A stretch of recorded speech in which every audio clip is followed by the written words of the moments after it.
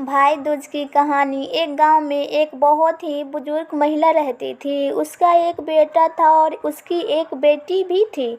बुजुर्ग महिला ने अपनी बेटी की शादी कर दी थी।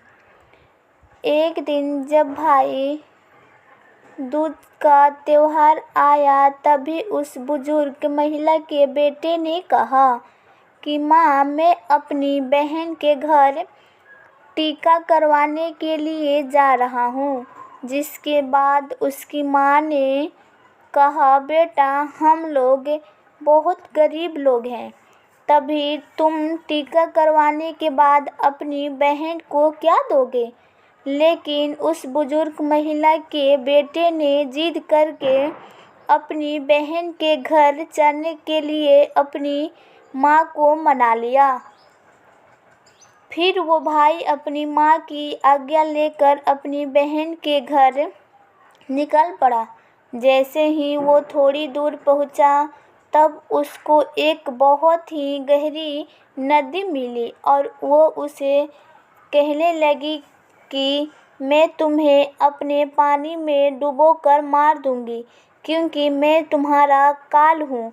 जिसके बाद वो भाई उस नदी से कहता है कि तुम मुझे थोड़ी देर की मोहलत दे दो, मैं अपनी बहन के घर टीका करवाने जा रहा हूँ। जब मैं वहाँ से वापस आऊँगा, तब तुम मुझे मार देना। जिसके बाद वो नदी भाई को आगे जाने के लिए रास्ता देती है और फिर वो भाई आगे की ओर चल देता है। थोड़ी देर पहुँचने के बाद उसको एक शेर मिलता है जो कहता है, मैं तुम्हें खा जाऊंगा।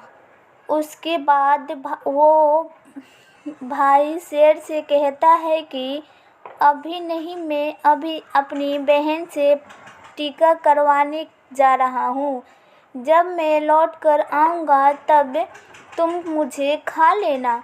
फिर उस भाई को आगे जाने के लिए रास्ता दे देता है और फिर जब वो भाई आगे की ओर बढ़ने लगता है, तो कुछ देर पहुंचकर उसको एक सांप मिलता है और वो सांप भी भाई से कहता है कि मैं तुम्हें मार दूंगा। वो भाई उस सांप से वही कहता है कि मैं अभी अपनी बहन से टीका करवाने जा रहा हूँ। जब मैं लौट के आऊँगा, तब मुझे मार देना। वो भाई आगे की ओर चला जाता है और थोड़ी ही देर में भाई अपनी बहन के घर पहुँच जाता है।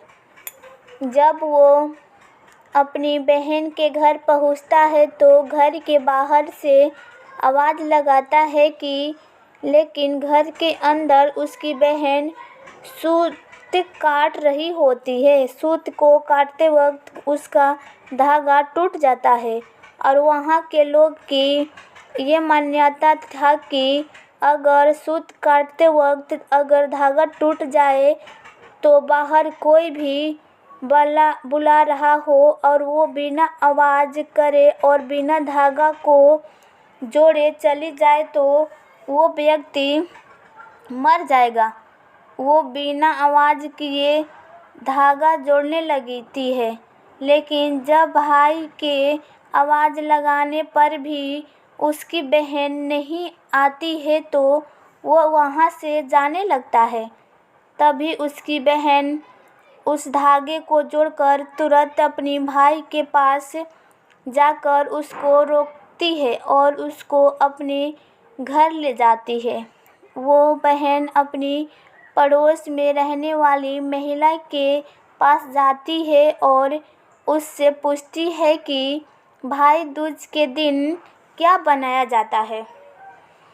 तब वो महिला उसको बताती है कि तुम तेल से अपने चूल्हे को लीपो और घी में चावल पकाओ। वो बहन घर जाकर पड़ोस के द्वारा बताई हुई चीज़ को करने लगती है और तभी उसका भाई उससे कहता है कि बहन, मुझे बहुत ज़ोरों से भूख लगी है, लेकिन उसकी बहन पड़ोस की महिला की बातें में आकर काम कर रही होती है। जब उसका भाई रसोई में जाकर देखता है तो वो अपनी बहन से कहता है कि तुम बहुत भोली हो, जिसके कारण तुमको लोग पागल बना देते हैं। तुमने कभी घी में चावल पकते हुए देखा है और तेल से कभी चूल्हों को लीपा जाता है? तुम गोबर से चूल्हों को लीपो और पानी में चावल को पकाओ। वो बहन अपनी भाई की बात मानकर वही करती है जैसे उसका भाई करने के लिए बोलता है, और वो खाना बनाकर अपने भाई को खिलाती है। और थोड़ी देर बाद वो अपने भाई को टीका कर देती है। जब उसका भाई अगले दिन वापस अपने घर जाने के लिए कह जाता है तब उसकी बहन अपने भाई के लिए रास्ते में ले जाने के लिए कुछ लड्डू बना कर देती है कि उसको रास्ते में भूख लगे तो खा लेना, और उनमें से कुछ लड्डू अपने बच्चों को लिए भी बचा लेती है। जैसे ही उसका भाई चला जाता है और उसकी बहन के बच्चे जब खाने के लिए जिद करने लगते हैं तो वो अपने भाई के लिए बनाए हुए कुछ लड्डू जो अपने बच्चों के लिए बचा लिए थे वो अपने बच्चों को दे देती है। और तभी उनके बच्चे की नज़र उस लड्डू पे पड़ती है जो एकदम से नीले हो रहे होते हैं। जब वो जाकर रसोई में देखते हैं तो उनको पता लगता है कि उनकी माँ ने जो लड्डू बनाए हैं उनमें सांप मर चुका है, और उसी से ही हमारी माँ ने लड्डू बनाए हैं। उसके बाद वो अपनी माँ को जाकर सारी बात बताते हैं, जिसको देखकर वो बहुत दुखी हो जाती है और तुरंत अपने भाई के पीछे भागती है। रास्ते में कुछ देर चलने के बाद उसका भाई उसको मिला। तभी वो उसकी बहन उससे पूछती है कि भाई तूने लड्डू तो नहीं खाए? उसका भाई कहता है नहीं, और तभी अपने भाई की वो सारी बात बता देती है। लेकिन तभी उसका भाई कहता है तुमने मेरी जान आज तो बचा ली है, लेकिन तुम मेरी जान कब तक बचाती रहोगी? और अपनी बहन को अपने साथ हुए रास्ते में सभी चीज़ें के बारे में बता देता है। उसकी बहन अपने भाई को अकेले नहीं जाने देती है और उसके साथ जाने के लिए कहती है। उसका भाई अपनी बहन को साथ आने के लिए मना कर देता है, लेकिन उसकी बहन जिद करने के लिए कारण अपने भाई के साथ जाने लगती है। कुछ देर चलने के बाद जब बहन को प्यास लगती है तो वो अपने भाई से कहती है भाई मुझे पानी पीना है, बहुत ज़ोरों से प्यास लगी है। उसका भाई कहता है कि यहीं पास में एक तालाब रुको, मैं अभी उस तालाब से तुम्हारे लिए जल ले आता हूँ।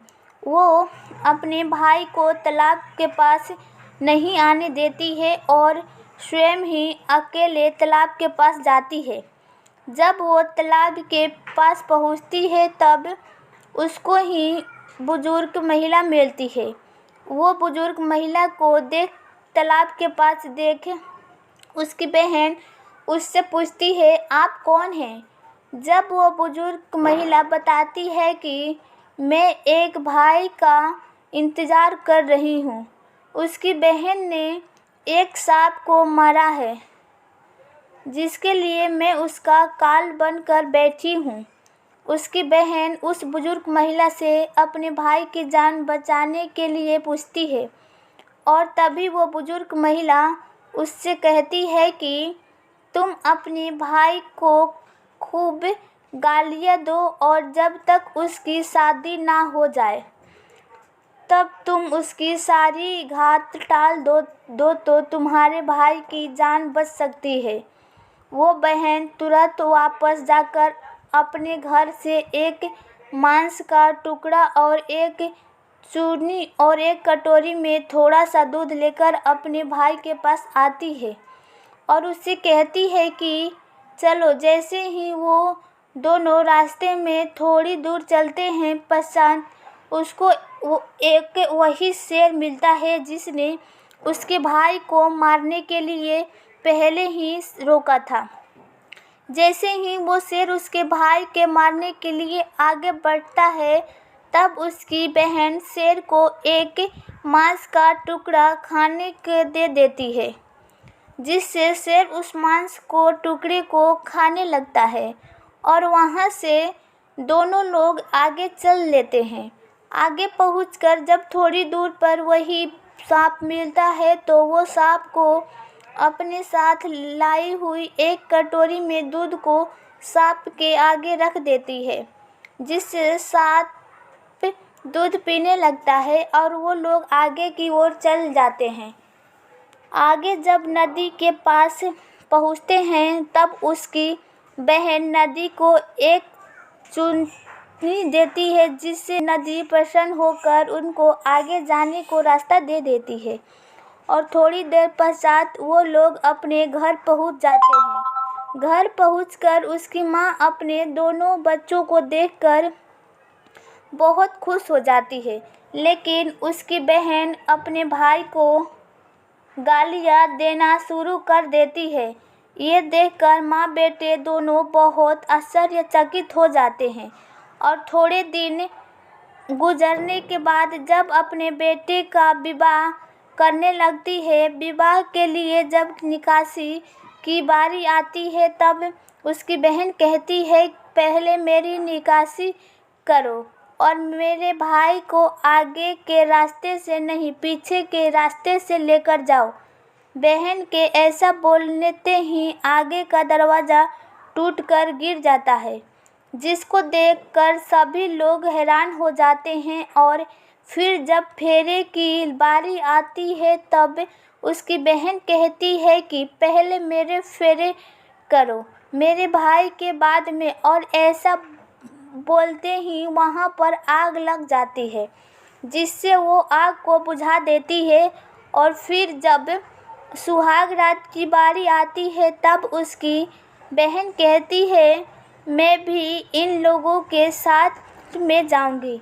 सभी लोग बीच में एक पर्दा डालकर उसकी बहन को भी अंदर जाने देते हैं। तभी रात में एक सांप आता है, जिसको उसकी बहन एक डब्बे में बंद कर देती है और अपने भाई की जान बचा लेती है।